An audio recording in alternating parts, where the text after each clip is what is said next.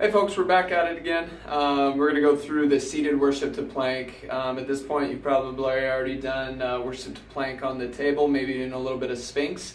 This is a progression of those. Those ones are a little bit more on the table or on your floor, your mattress, at home type things. We want to give things that are not only good for that scenario, but more good for when you're out and about doing, at work, in a seated posture. You can always have an opportunity to do what's good for your system. So the seated worship to plank is something that a lot of people utilize in the office when no one's watching, or when people are watching, if you really care about your physical existence. What we're going to do is we're going to get pretty wide with our stance.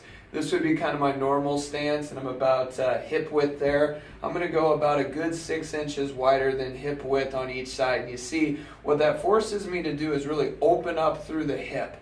As I'm doing this, I'm kind of dropping down, using my elbows to maintain kind of some pressure, some connection of my core. If I'm floating out here and I'm operating on kind of a damaged back, if I have a disc herniation or any type of sprain strain there, that's going to be tough. What diminishes that is having some close down effect, or being able to stabilize yourself a little bit through your arms as you're making it down into this position.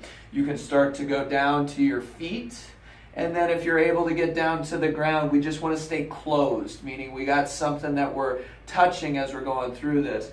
What I'm feeling here as I'm going through this is there is a lot of pull through the inner part of the leg, or the groin area, as everything's opening up through there. The more opening or external rotation I can get through my hip, in flexion of the hip, which is what we're in, external rotation or pushing my knees out, the more flat I can keep my spine, or the more neutral I can keep my spine, as you can see right here.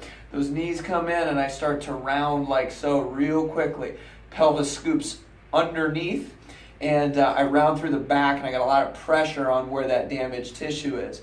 I drive those knees out, I can really easily throw my hips back into good position and continue to move down to the floor through my hip. As I'm reaching out here, I will surrender a little bit of curve just so that I can get a little bit of a decompression effect there. In this position, as long as you're closed with your hands down on the ground, it's not a big deal. It actually feels really, really good. The big thing is, don't let these knees go in. We got to keep them out so I can stay relatively neutral in that lumbar spine as I'm decompressing. I'm just going side to side here, trying to find any areas of restriction. I can kind of take some extra time there to make sure that I'm loosening up those areas of restriction. Once I'm done, I'm going to reverse the pattern and really get my forearms back on my knees. From here, I'm going to re-stabilize out. A lot of times I'll have you put your hands on your stomach and your back, or hand on stomach and chest, and make sure they both come up together through the hip. I'm going to tilt a little bit so you get a better view of that. As I go down, I'm nice and solid. As I come up, I'm one unit, and it's all pivoting from the hip. I can go through about 5 or 10 of these, just kind of teaching my body that as I come forward or as I come back, I'm not doing that through the spine, I'm doing it through my hip. If I'm doing it through my hip, I'm not taking those damaged tissues through flexion and extension. I'm actually stabilizing those so they have a chance to stay approximated and heal. Another way of looking at that is I'm creating stitches there.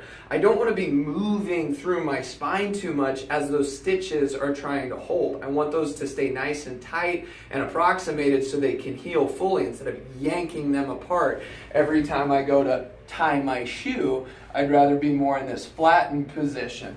This exercise really helps to develop that range of motion and control through the hip so you can allow your low back to heal. Hopefully that helps. Good luck.